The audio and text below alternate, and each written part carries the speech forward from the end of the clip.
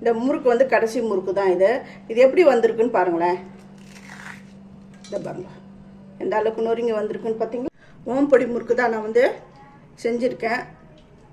இந்த இது இருக்குது பாருங்கள், இதில் தான் நான் வந்து இதில் ப்ளேஸ் பண்ணி நான் செஞ்சுட்டு தான் இருக்கேன் பாருங்க. இதில் மாவு விட்டு பிழியணும். இது வந்து எல்லாருக்குமே தெரியும். இது உள்ள மாவு வச்சுட்டு அடை பிழிஞ்சிக்க வேண்டியது தான். இப்போ இந்த மாதிரி இப்போ இந்த தேன் குழலை பாருங்க இப்படி ப்ளேஸ் பண்ணிட்டேன். இந்த தேன் குழல் எப்படி பண்ணுறதுன்னு பாருங்கள். ரொம்ப ஈஸியாக இது பிழிஞ்சிடலாம். இந்த தேன் குழலை கஷ்டமே கிடையாது, அவ்வளோதான்.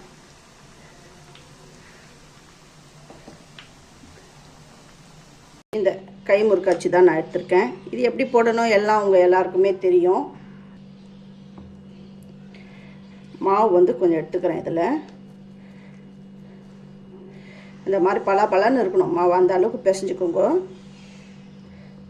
இது எப்படி போடணும் எல்லாம் நான் வந்து எல்லா வீடியோவில் நான் சொல்லியிருக்கேன். இந்த மாதிரி வீல் வச்சு சுத்த போகிறேன். இப்போ கை முறுக்கு பண்ண தெரிஞ்சவங்க கை முறுக்கு பண்ணிக்கோங்க. இது வந்து கை முறுக்கு தெரியாதவங்களுக்கு தான் நான் இந்த மெத்தட் உங்களுக்கு சொல்லித்தரேன். இந்த மாதிரி ஒரு தட்டு எடுத்துக்கிறேன். நீங்கள் முறுக்கு வந்து சுற்றுவீங்க பாருங்க, சீர் முறுக்கு சுற்றுற தட்டு இருந்தால் கூட பரவாயில்ல. இந்த தட்டில் நான் வந்து எண்ணெயை தடவிட்டேன். இப்போ பாருங்கள் ரொம்ப ஈஸியாக இப்படி ப்ரெஸ் பண்ணிட்டு அப்புறம் இந்த பாருங்க இப்படி சுற்ற ஆரம்பிக்கணும். என்னென்னா இந்த கை வந்து ஷேக் ஆகாத அளவுக்கு பார்த்துக்கோங்க.